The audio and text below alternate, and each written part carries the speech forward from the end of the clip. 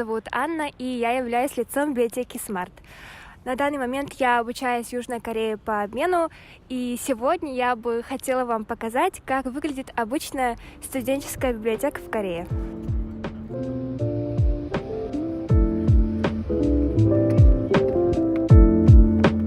Сейчас мы с вами заходим внутрь здания.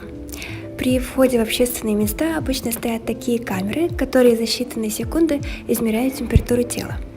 Зайти можно либо по QR-коду, либо по кампусной карте. Также не забываем дезинфицировать руки. Библиотека сама большая, светлая и просторная.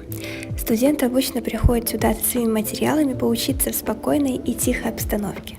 Но следует отметить, что корейцы также любят работать в кофейнях, поэтому до и во время экзаменов найти свободный столик бывает почти невозможно. Но если же нужно максимально сосредоточиться, то библиотека – это идеальное место. Всего у нас 4 этажа. Как мы видим, у нас есть читальные залы для людей с инвалидностью, для групповых работ, для аспирантов отдельно. Есть также залы, где нельзя печатать, туда можно только с учебниками. Давайте мы сейчас просто поднимемся на 2-й этаж и посмотрим, где есть свободные места. Сейчас из-за короны все кофейни работают только на вынос, а еще эта неделя экзаменационная, поэтому найти свободное место будет нелегко.